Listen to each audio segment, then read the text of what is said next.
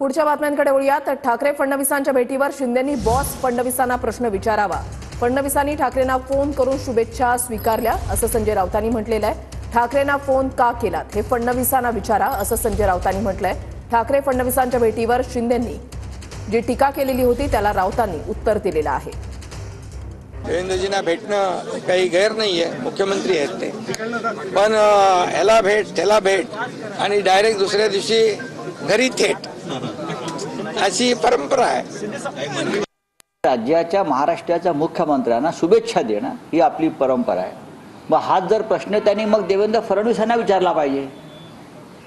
त्यांनी त्यांच्या बॉसला, देवेंद्र फडणवीस त्यांचे बॉस आहेत, त्यांनी त्यांच्या बॉसला विचारायला पाहिजे।